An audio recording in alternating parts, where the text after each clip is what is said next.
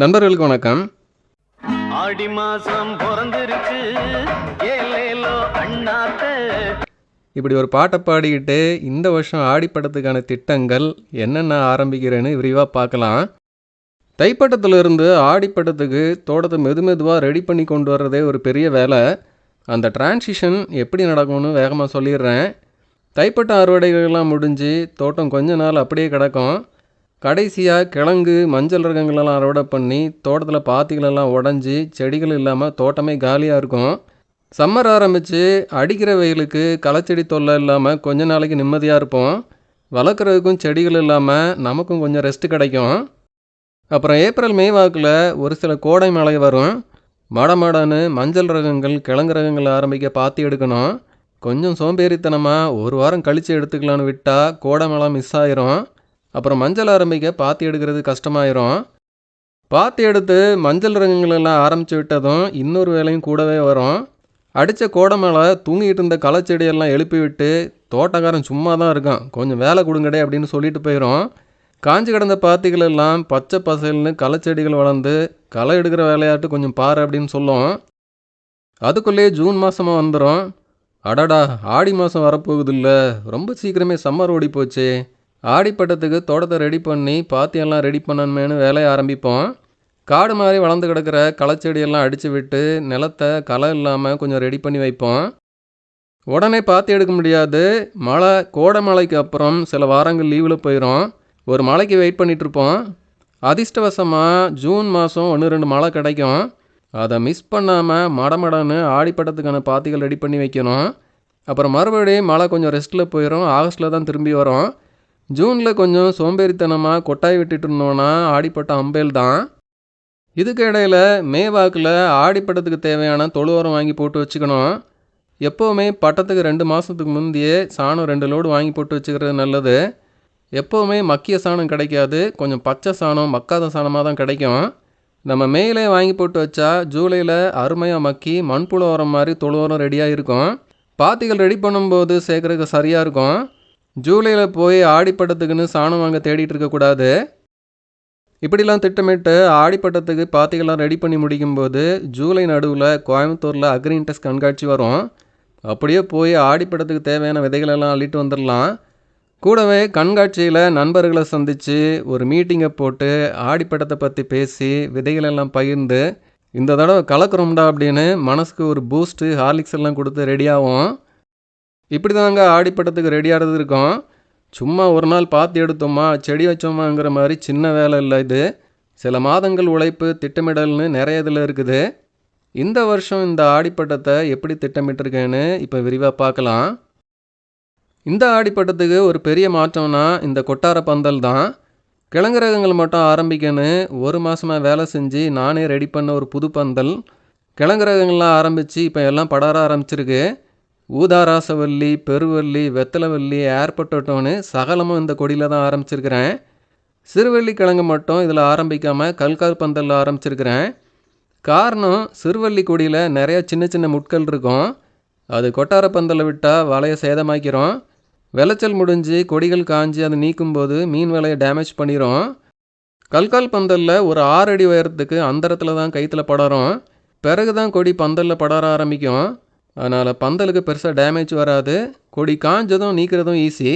அதனால் சிறுவள்ளி கிழங்கு மட்டும் கல்கால் பந்தல்லே ஆரம்பிச்சிருக்கிறேன். மற்றபடி இந்த பட்டத்துக்கு கல்கால் பந்தலை முழுக்க கொடி காய்கறிகள் மட்டுமே வளர்க்க திட்டமிட்டிருக்கிறேன்.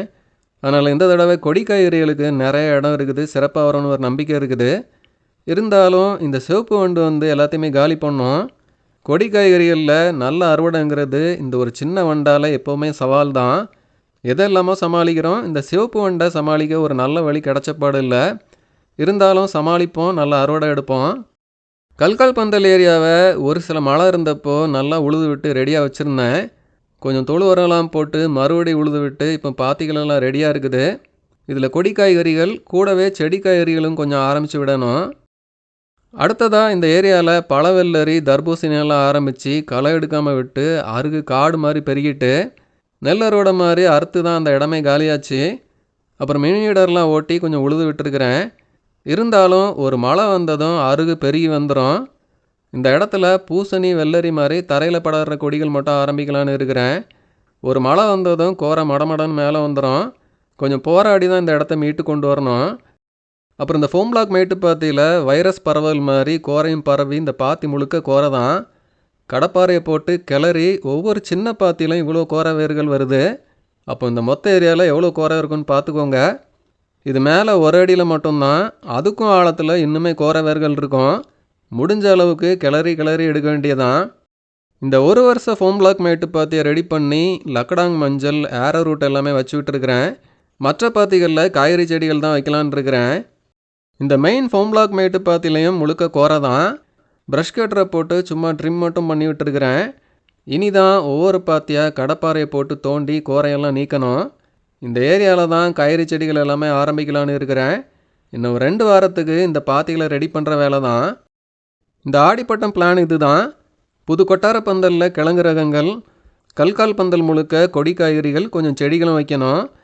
இந்த பழைய கொட்டார பந்தல் ஏரியாவில் ஒரு ஆகஸ்ட் செப்டம்பர் வாக்கில் பூசணி வெள்ளை பூசணி எல்லாம் ஆரம்பிக்கணும். ஃபோம் பிளாக் மேட்டுப்பாத்தி முழுக்க காய்கறி செடிகள், இதுதான் பிளான். அக்ரின்டெக்ஸ் கண்காட்சியிலேருந்து எக்கச்சக்க விதைகள் வாங்கியாச்சு. தவிர என்கிட்ட இருக்க அடிப்படை காய்கறி விதைகள், போன சீசனில் எடுத்த சிறப்பு அறுவடை விதைகள்னு விதைகள் கிட்டத்தட்ட வாங்கியாச்சு. இந்த சீசனுக்கு 2-3 புது வெரைட்டியும் ட்ரை பண்ணணும். அப்போ தான் பொங்கல் அறுவடை, தீபாவளி அறுவடைன்னு சிறப்பாக சில வீடியோ கொடுக்க முடியும். அது என்ன வளர்க்கலாம் அப்படின்னு யோசனை போயிட்டு இருக்குது. முடிவானதும் ஆரம்பித்து விடணும். இந்த தடவை அக்ரின்டெக்ஸ் கண்காட்சியில் காய்கறி நாற்றுகள் கொஞ்சம் வாங்கிட்டு வந்தேன். இந்த நாற்று பண்ணை பற்றி அக்ரின்டெக்ஸ் வீடியோலேயே சொல்லியிருப்பேன். தம்பி அருண், திருமுடி அண்ணா எல்லாருமே வாங்கினாங்களா, சரி நம்மளும் கொஞ்சம் வாங்குவோம் அப்படின்னு ஒரு ட்ரேயில் கத்திரி, மிளகா, செண்டு மல்லி, காலிஃப்ளவர்னு கலந்து வாங்கிட்டு வந்தேன். நிறையா இதில் ஹைப்ரிட் தான். கத்திரி, மிளகா ரகங்கள் நம்ம தோட்டத்தில் எப்போவுமே தகராறு தான். சரி, இந்த ரகங்கள் எப்படி வருதுன்னு சும்மா பார்க்கலான்னு தான் வாங்கினேன். ஒரு நாற்று 2 ரூபாய் தான், ரொம்பவே சீப்பு தான்.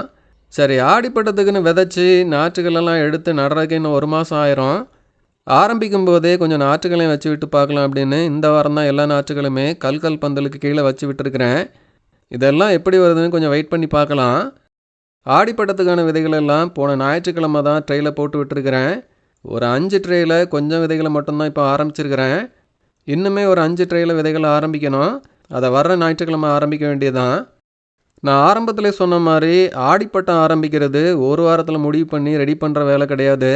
கடந்த ஒரு 2 மாதமாக அதுக்கான வேலைகள் தான் போயிட்டுருக்குது. இப்போ ஆடிப்பட்டம் ராக்கெட்டை கவுண்டவுன் சொல்லி கிளப்பி விட்டாச்சு.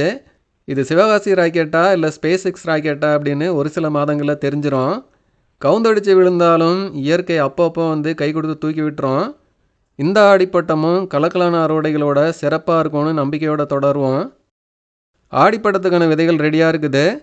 அடிப்படை விதைகள் கூடவே போன சீசனில் அறுவடை பண்ண ஸ்பெஷல் வெரைட்டியான பட்டர் டேஸ்ட் பிரிஞ்சால், கொடித்தக்காளி, பழவெள்ளரி, சிவகாசி வெள்ளை கத்திரி, கரிபதனை கத்திரி விதைகள் எல்லாமே இருக்குது. க்ரோ பேக்ஸ், யூபிவிசி ஸ்டாண்டு செய்ய யூபிவிசி ஜாயிண்ட் எல்லாமே இருக்குது. தேவைப்படுற நண்பர்கள் எனக்கு வாட்ஸ்அப் பண்ணுங்கள். விதைகளோட முழு லிஸ்ட் இந்த வீடியோ டிஸ்கிரிப்ஷனில் ஒரு லிங்க்கில் கொடுத்துருக்கேன். விதைகள் தேவைப்படுற நண்பர்கள் டவுன்லோட் பண்ணி பார்த்து எனக்கு மெசேஜ் பண்ணுங்கள். இந்த வாரம் இங்கே கோபிச்செட்டிப்பாளையமில் இந்த ஞாயிற்றுக்கிழமை ஜூலை 26ஆம் தேதி விதை திருவிழா நடக்குது. கோபி, அதை சுற்றி இருக்க நண்பர்கள் கண்டிப்பாக போயிட்டு வாங்க. ஆடிப்பட்டம் விதைகள், வீட்டு தோட்டம், ஆடித்தோட்டத்துக்கான தேவையான எல்லாமே கிடைக்கும். வாங்கி ஆடிப்பட்டத்தை ஆரம்பித்து விடலாம். அவ்வளோதாங்க. உங்கள் ஆடிப்பட்ட திட்டங்கள் என்ன? விதைகளெல்லாம் வாங்கி ஆரம்பித்தாச்சா? கமெண்ட்டில் சொல்லுங்கள். வீடியோ பற்றி உங்கள் கருத்துக்களை சொல்லுங்கள். வீடியோ பிடிச்சிருந்தால் லைக் பண்ணுங்கள், உங்கள் நண்பர்களுக்கு ஷேர் பண்ணுங்கள். இது வரைக்கும் சேனலை சப்ஸ்கிரைப் பண்ணாத நண்பர்கள் மறக்காமல் சேனலை சப்ஸ்கிரைப் பண்ணிக்கோங்க. நன்றி.